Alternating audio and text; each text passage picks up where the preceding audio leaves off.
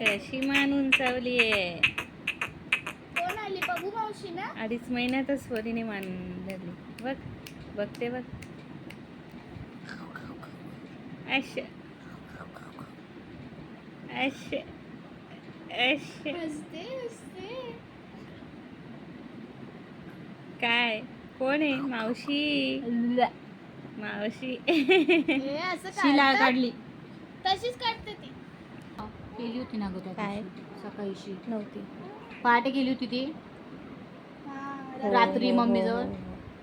हो, हो. हो काय बोलतात बघ, शी करत नाही बोलतात.